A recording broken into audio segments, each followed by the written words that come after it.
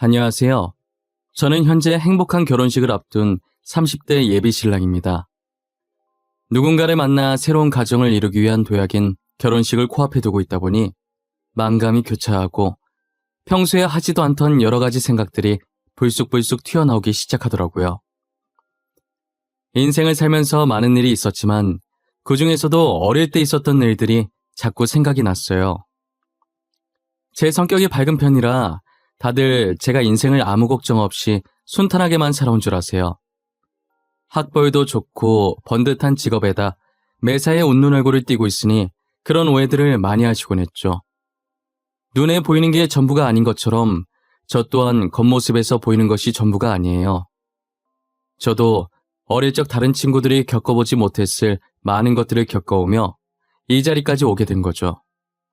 당시엔 엄청 힘들었지만 커서 이렇게 돌이켜보니 만약 그때가 없었다면 정말 순탄하게만 자라왔다면 제가 이렇게 잘 자랄 수 있었을까 싶은 생각이 많이 들어요.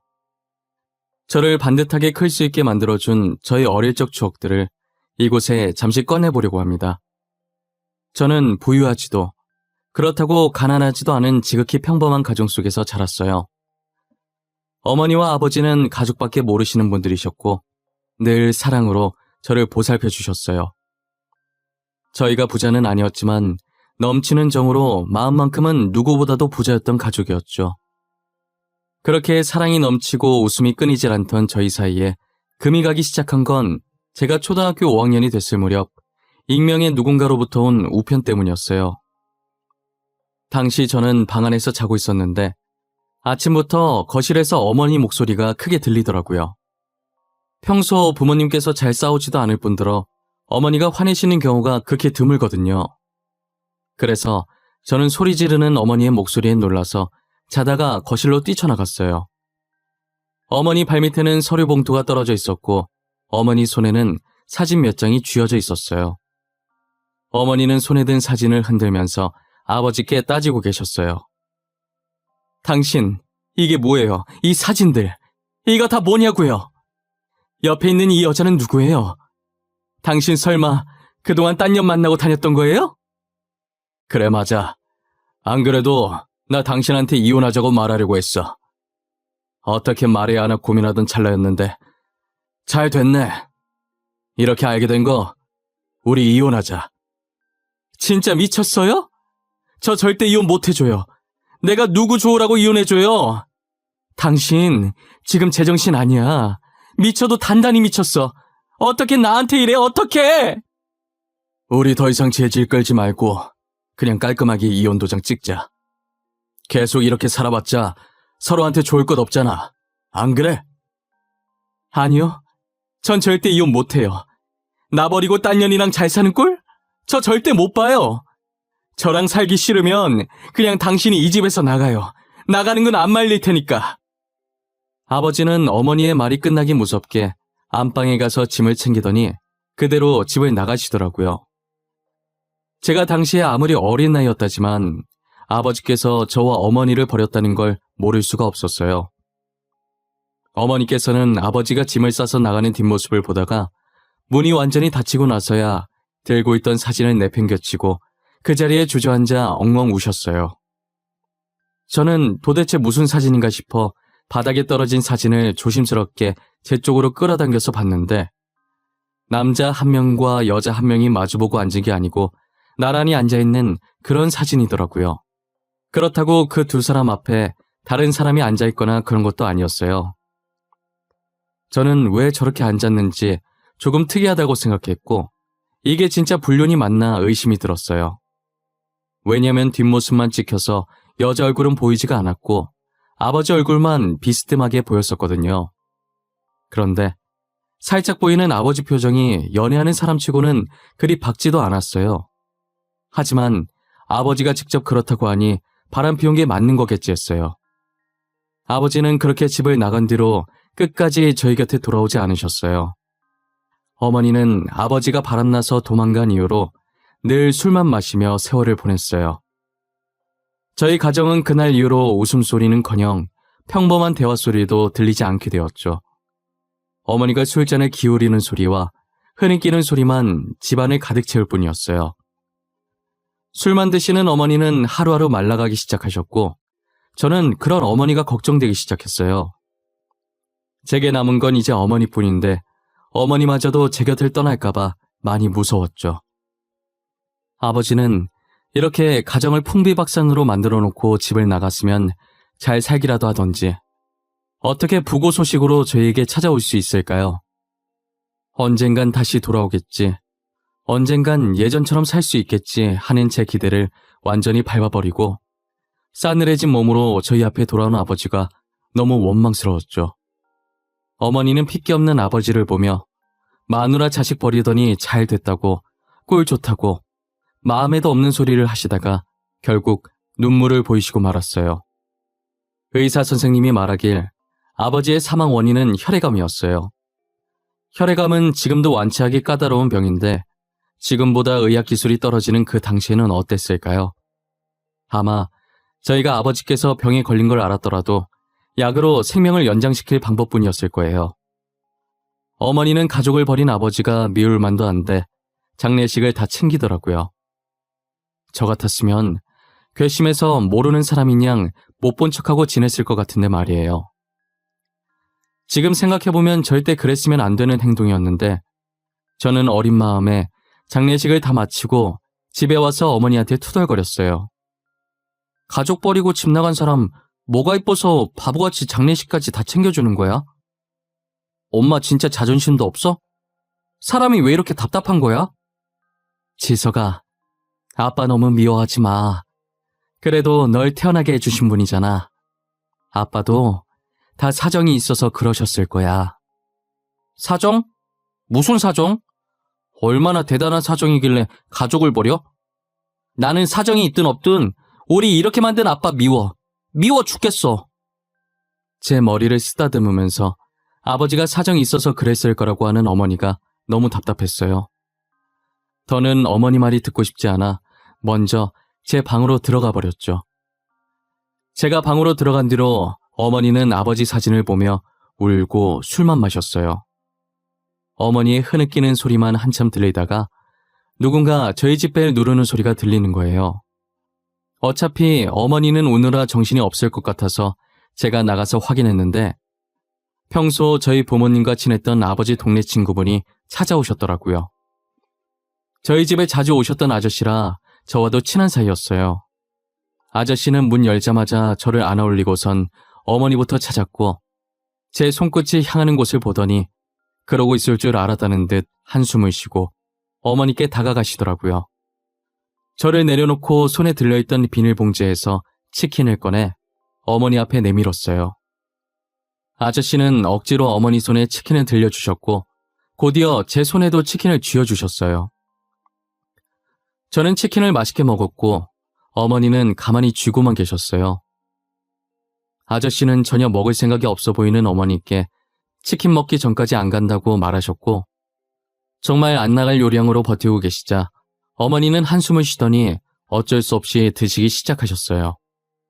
그리고 아저씨께서는 제 머리를 쓰다듬으시면서 어머니 많이 힘들 거라고 장남인 제가 어머니 좀 잘 보살펴달라고 하시더라고요. 어린 저한테 이런 부탁해서 미안하다고 하시면서요. 아저씨는 그 뒤로도 저녁 먹을 시간만 되면 저희 집에 오셨었어요. 아마도 회사에 출근하고 퇴근을 저희 집으로 하시는 것 같았어요. 와서 늘 어머니와 저희 저녁을 챙겨주시고 어머니의 술친구도 되어주셨죠. 그러다 아예 저희 집 옆으로 이사까지 오셨더라고요. 아무래도 셋이 많이 친했던 사이라 술만 마시는 어머니가 걱정되던 모양이었어요. 그래도 아저씨가 계속 어머니 상태를 확인해 주시는 덕분에 어머니는 술을 많이 줄이셨고 제가 학교 가고 없는 동안에 혼자서 밥도 드시기 시작하셨어요. 항상 저녁을 아저씨와 함께 먹어서 이젠 아저씨가 없으면 허전할 것 같았어요. 아무래도 바로 옆집에 사시니까 저녁 먹고 늦게까지 저희 집에서 놀다가 돌아가셨어요. 그리고 어머니께 저를 봐서라도 정신 차리고 새 출발하라는 조언도 잊지 않으셨죠.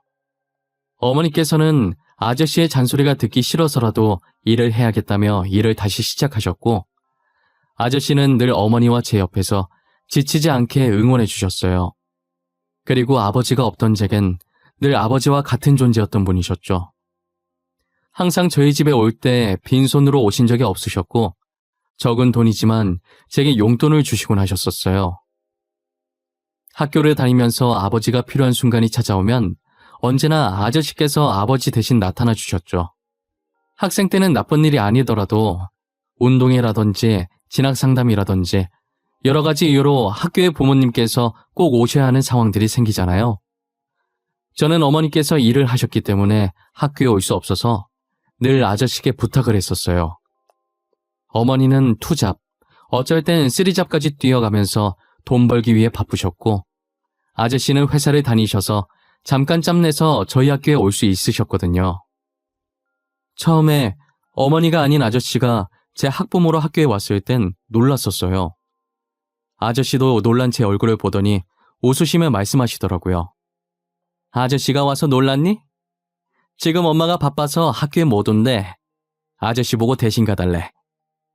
주혁이, 엄마 기다리고 있었는데 아저씨가 와서 싫은 건 아니지? 아니에요. 저는 아저씨가 와서 더 좋아요. 그럼 오늘 아저씨가 제 아빠 해주시는 거예요? 저는 아저씨가 계속 아빠 해주면 좋겠는데. 주혁이 아빠는 따로 있는데 내가 아빠를 해서 쓰나? 이렇게 아빠가 필요한 순간에 아저씨가 와주면 되지. 그래도 아저씨랑 아빠는 다른 거잖아요. 제가 엄마한테 잘 말해볼게요. 그러니까 아저씨가 제 아빠 해주시면 안 돼요? 내가 계속 학교에 와주겠다니까 그러네. 하늘에 계신 아빠가 슬퍼하시겠다. 저 아빠 없어요. 아빠가 먼저 저희 버렸어요. 바람 피고 간 사람은 저희 아빠 아니에요. 그렇게 말하면 못 써. 네가 지금은 모르겠지만 나중에 알게 되면 분명 이 순간은 후회할 거야. 지금부터라도 후회할 일 만들지 마. 알겠지? 제가 뭘 모른다는 건지는 모르겠지만 일단 아저씨 말이니까 저는 알겠다고 했어요. 아저씨는 어딘가 모르게 씁쓸한 웃음을 지으시며 제 머리를 쓰다듬어 주셨죠. 그리고 제게 했던 말처럼 학교에 무슨 일이 있으면 항상 아저씨가 와주셨어요. 저는 아버지가 없었어도 아저씨 덕분에 아버지의 빈자리를 느껴보지 못했었어요. 제가 대학을 가던 순간에도 취업을 하던 순간에도 저희 어머니보다 더 기뻐해 주신 분이 아저씨였어요. 아저씨는 용돈뿐만 아니라 대학 등록금까지 내주시면서 저를 거의 키우다시피 하셨었죠. 그래서 취업을 하면 아저씨도 아버지처럼 생각하면서 어머니와 함께 효도를 하리라 마음먹었었어요. 늘 아저씨께 받기만 하던 저희라 표현은 잘 못해도 항상 가슴속엔 고마운 마음을 가지고 살았어요. 이렇게 어른이 되어 취업을 하고 드디어 아저씨께 보답할 수 있는 날이 왔다는 생각에 정말 좋았어요. 저는 이제 성인이 되어 독립해서 홀로 자취를 하고 있었는데 아저씨가 어머니 옆에 있다고 하지만 그래도 가족보단 불편할 거라는 생각에 종종 어머니 집에 놀러 가곤 했었어요.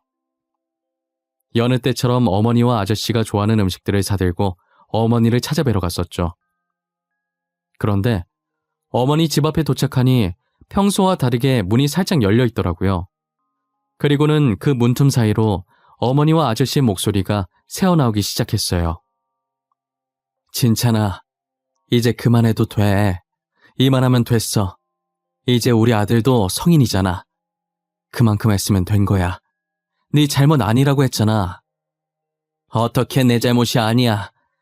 내가 그날 부탁만 들어주지만 않았어도, 아니, 그 안에 내용물이 뭐가 들었는지 확인만 했었어도 이렇게 수혁이 혼자 쓸쓸히 갔을 일은 없었을 거야. 어차피 고치기 힘든 병이었다며, 말기였다며. 만일 네가 알았다고 해도 달라지는 건 없어. 죽는 날을 조금만 늦추는 것 말고는 달라질 게 하나도 없었다고. 그러니까 이제 그만해. 내가 옛날에 형편이 어려워서 수혁이한테 빌린 돈이 있었어. 부탁만 들어주면 그 돈은 받지 않겠다고 하는 바람에 내가 진짜 미친놈이야. 남편이 선택한 거야. 우리가 뭘 어쩌겠어. 나도 장례식 가서 신우한테 듣고 알았어. 그때 그 사진 속에 있던 여자도 신우였다더라. 남동생이 하도 부탁해서 어쩔 수 없이 해줬다더라고. 알고 보니 저희 아버지가 도망갔던 그날, 아버지 불륜 증거가 들어있는 서류 봉투를 집 앞에 두고 간 건 저희 부모님의 동네 친구이자 저에겐 아버지와 같았던 아저씨였어요. 아버지께서는 살 날이 얼마 남지 않았다는 것을 직감하시고 저희가 슬퍼하지 않게 정을 떼놓으시려고 일부러 고모와 불륜인 척 짜고 사진을 찍은 것이었죠. 그리고 그 사진이 든 서류 봉투를 아저씨께 건넨 것도 아버지셨어요. 아저씨는 당시 아버지에게 빌린 돈이 조금 있었고 형편이 어려워서 조금씩 갚고 있었나 봐요. 그런데 이 서류 봉투만 집 앞에 놔둬주면 남은 빚들을 안 갚아도 된다고 하니 빚을 지은 아저씨 입장에서는 저거만 두고 오면 되니까 당연히 솔깃한 제안이었던 거고요. 그래서 무슨 일인지 안에 뭐가 들었는지 이야기도 안 하고 부탁을 들어주겠다고 했다더라고요. 정말 부탁받은 대로 집 앞에 서류 봉투만 두고 가고 그 뒤로는 어떻게 됐는지 몰랐었다고 하는 거예요. 아버지가 죽기 이틀 전에 어머니가 걱정되어 결국 아저씨를 불러서 사실대로 말해줬고 아저씨는 그제서야 자신이 한 짓이 어떤 짓이었는지 알게 된 거죠. 그때부터 아저씨는 아버지를 대신해 본인이 저희 어머니와 저를 지켜야겠다는 생각을 하셨대요. 어머니도 아저씨 잘못이 아니라는 걸 알지만 이렇게 해야 아저씨 마음이 조금이라도 편해질 것 같아서 제가 성인이 될 때까지만 아무 말 않고 가만히 있으셨던 거예요. 제가 사춘기 시절이었을 때 사실을 아는 것보다는 그나마 성인이 됐을 때 그날 있었던 일을 이야기하면 어쩔 수 없었던 일이라며 아저씨가 했던 행동을 이해해 줄 거라고 생각이 든 거죠. 하지만 아들 입장에서 솔직하게 아저씨께 실망을 안 했다고 하면 거짓말이겠죠. 제가 그동안 가정 파탄낸 주범이라며 아버지를 얼마나 많이 원망하고 미워했는데요.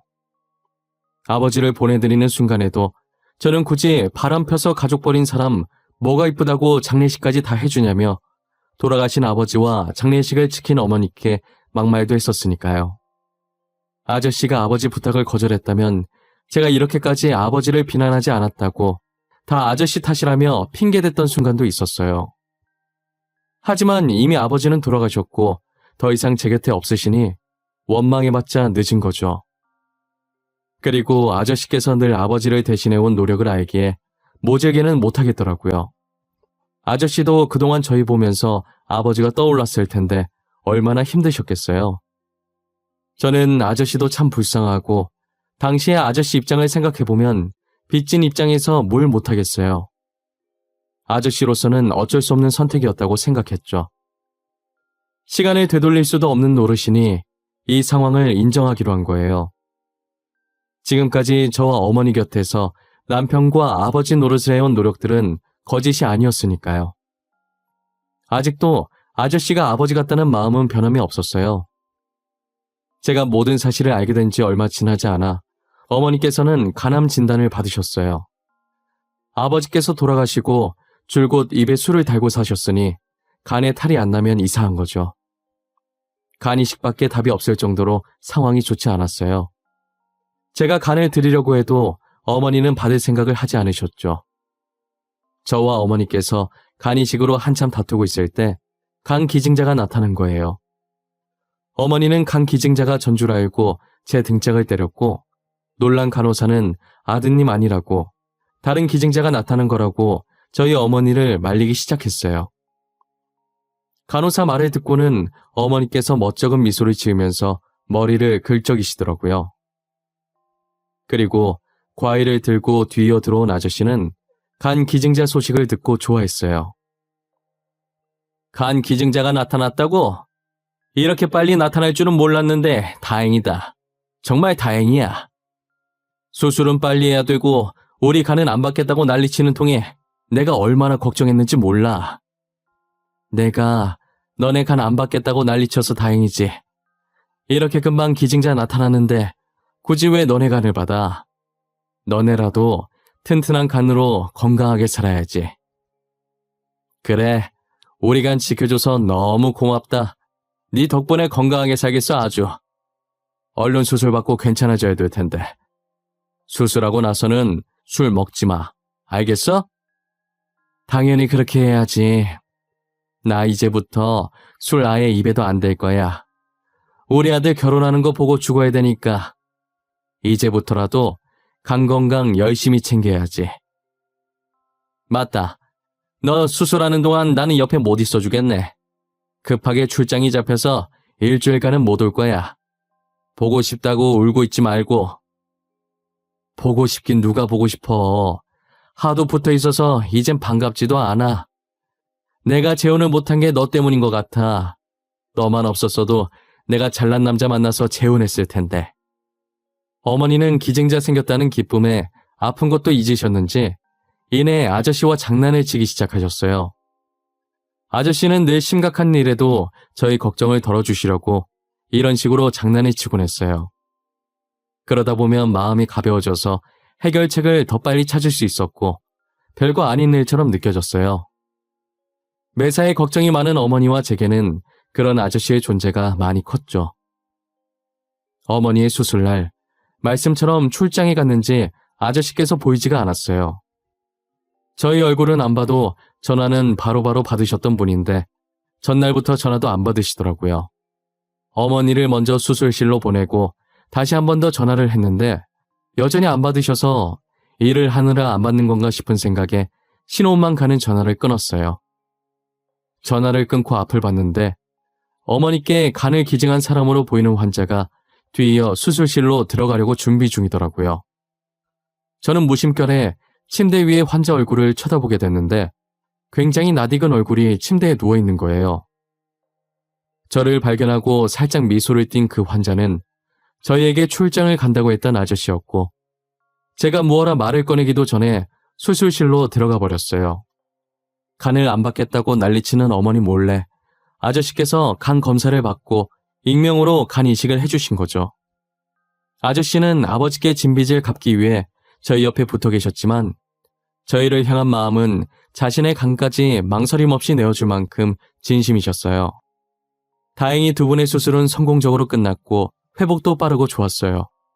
어머니께서는 나중에 아저씨께서 간을 기증해 주신 걸 알고서는 간호사에게 간을 다시 꺼내달라는 말도 안 되는 소리를 하셨고 아저씨는 기가 찬다는 표정으로 보고 계셨어요. 그 모습을 가만히 지켜보는데 어머니도 혼자시고 아저씨도 결혼을 안 하셔서 혼자라 남은 인생 두 분이서 이렇게 장난도 쳐가면서 같이 지내면 어떨까 싶더라고요. 그래서 진심 반 농담 반 담아서 같이 살면 안 되냐고 여쭤봤어요. 두 분은 언제 봐도 사이가 참 좋아. 맨날 저렇게 싸울 것처럼 장난은 치는데 안 싸우잖아. 이참에 둘이 같이 사는 거 어때요? 어차피 아저씨 우리 엄마 집에 퇴근하잖아요. 차라리 욕을 해 이거사. 어디서 말 같지도 않은 소리야. 내가 매번 얘 저녁상 차리는 것도 귀찮아 죽겠는데 같이 살면 아침도 차려줘야 하잖아. 너도 아침 먹잖아. 거기에 숟가락만 하나 더 얹어주면 되겠구먼. 누가 보면 상다리 부러질 정도로 차려주는 줄 알겠어. 아저씨도 괜찮아 하시는 것 같은데 그냥 살림 합쳐요. 둘 다 이제 나이도 있는데 혼자보단 둘이 낫지. 안 그래요? 제 말에 아저씨는 싫은 눈치가 아니셨지만 어머니는 조금 고민이 되는 눈치더라고요. 그래서 제가 몇 번 푸시해줬고 어머니께서는 골똘히 생각해 보시더니 아저씨랑 살면 심심해할 것 같진 않다고 하시면서 괜찮은 반응을 보이셨어요. 저는 어머니 생각이 바뀌기 전에 얼른 몰아붙여야겠다는 생각에 그 뒤로는 두 분 혼인신고를 재촉했고 결국 제 성화에 혼인신고를 하시고 살림을 합치셨어요. 제 예상대로 두 분은 티격태격하시면서도 재미나게 사시더라고요. 고향 친구라서 그런가 말도 잘 통하시는 게 진작에 잘되게 밀어드릴 걸 그랬다고 조금 후회했어요. 이제라도 쓸쓸하지 않게 남은 인생 지금처럼 싸우지 않고 재미나게 보내셨으면 했죠. 이제 어머니 옆에는 아저씨가 계시니 저도 안심하고 장가를 가도 될 것 같더라고요. 그래서 여자친구를 집에 데리고 와 인사를 드렸는데 어머니께서 너무 마음에 들어 하시고 처가댁도 저를 마음에 들어 하셔서 얼른 상견례 잡자고 하는 통에 상견례까지 속전속결로 끝냈어요. 하지만 여자친구가 인사를 드렸을 때도 상견례 때도 아저씨께서는 같이 오시지 않으셨어요. 아무래도 제 친아버지가 아니기 때문에 자신이 그 자리에 가는 것은 예의가 아니라는 생각을 했나 봐요. 저는 계속 그것이 신경 쓰였고 고민을 하다가 청첩장을 들고 아저씨께 다가갔어요. 아저씨, 저 청첩장 나왔어요. 제 결혼식에 와주실 거죠? 저는 아저씨께서 저희 어머니 옆에서 제 결혼식을 지켜봐 주셨으면 좋겠어요. 주여가, 내가 감히 네 엄마 옆에 있어도 될지 모르겠어. 특히나 결혼식같이 좋은 날은 더더욱 말이다. 그런 말씀이 어딨어요. 두 분 이제 부부잖아요. 부부는 같이 있어야죠. 제 결혼식 때 꼭 두 분 나란히 앉아 계셨으면 해요. 제 부탁이에요. 아버지. 아버지. 내가 감히 너한테 아버지라고 불려도 되는 건지 모르겠구나. 너도 알잖아. 내가 너네 가족한테 무슨 짓을 했는지 말이야. 저희는 괜찮아요. 이미 지난 일이고 다 잊은 지 오래예요. 그러니까 아버지도 이제 과거는 그만 잊으세요. 그만큼 아프셨으면 됐죠. 고맙구나. 정말 고마워. 이렇게 잘 커줘서 너무 고맙다. 제가 아버지라고 부르자 아저씨는 두 눈이 커지더니 이내 눈물을 흘리시더라고요. 저는 여전히 과거에 갇혀 사시는 것 같은 아저씨가 너무 안쓰러웠어요. 이제는 그 짐을 내려놓아도 된다고, 행복해져도 된다고 몇 번이고 말씀드렸죠. 아저씨는 제 손을 잡고 연신 용서해줘서 고맙다고 하셨어요. 그리고는 청첩장에 제 아버지 부분에 적힌 자신의 이름을 보고 울면서 손으로 매만지셨어요. 아저씨는 믿기지 않는지 한동안 청첩장에서 눈을 떼지 못하셨어요. 저는 아직 대답 못 들었다고 결혼식에 어머니 옆에 계셔달라고 다시 한번 말했죠. 아저씨는 그렁그렁한 눈으로 저를 바라보시며 천천히 고개를 끄덕이셨어요. 고맙다고, 그리고 항상 어머니 잘 챙겨주셔서 감사하다고, 앞으로도 잘 부탁드리겠다며 어색하지만 아저씨를 살짝 안아주었어요. 아저씨도 자신이 더 고맙다며 제 등을 두드려 주시더라고요. 그러더니 갑자기 저한테 같이 갈 곳이 있다고 일어서시는 거예요. 얼떨떨한 기분으로 아저씨를 따라 도착한 곳은 납골 땅이었어요. 여긴 무슨 일로 왔나 했더니 저희 아버지가 잠들어 계신 곳으로 저를 데리고 가시더라고요. 저는 친아버지께서 바람나 도망간 줄만 알고 한 번도 오지 않았었어요. 처음으로 아버지의 유골함과 마주하니 괜시리 미안해지더라고요. 아저씨는 유골함을 보시며 담담하게 제 결혼 소식을 전했어요. 처음이자 마지막 결혼식에 아버지 자리가 공석이면 안 되니 그날만 자신이 아버지 하겠다고 하시면서요. 자격 없는 거 알지만 한 번만 하겠다고 허락받으러 온 거라고 하시더라고요. 그러다가 저를 앞으로 세우시면서 그동안 못했던 말 하고 나오라고 하시면서 먼저 자리를 뜨셨어요. 아마도 저를 여기로 데리고 온 것은 본인 때문에 친아버지를 등진 저를 위한 배려였던 것 같아요. 허락받으러 왔다는 핑계 삼아 저와 아버지를 만나게 해주려고요. 저는 처음엔 진짜 듣고 계실지 무슨 말을 해야 할지 입이 떨어지지 않더라고요. 어떻게 말을 시작할까 하다가 아버지께 미안한 감정밖에 들지 않아서 미안하다는 말만 반복했었어요.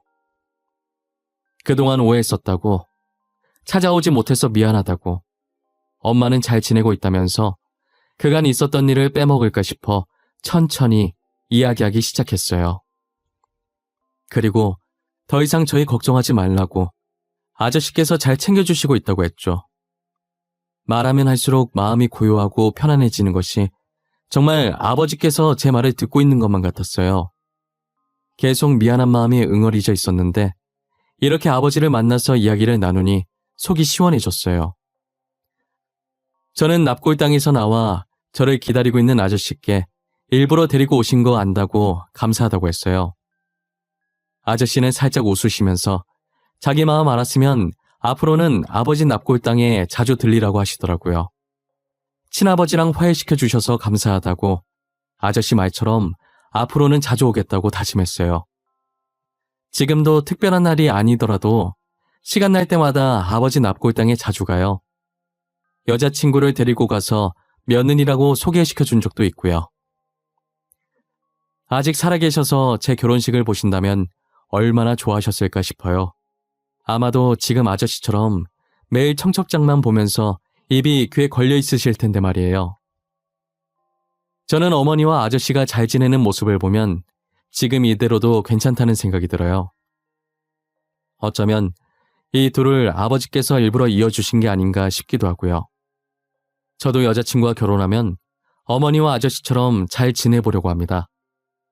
저의 긴 이야기는 여기까지입니다. 제 이야기를 들어주신 모든 분들께 감사하다는 말씀을 드리고 싶고 늘 건강하고 행복만 가득하시길 빌고 또 빌겠습니다.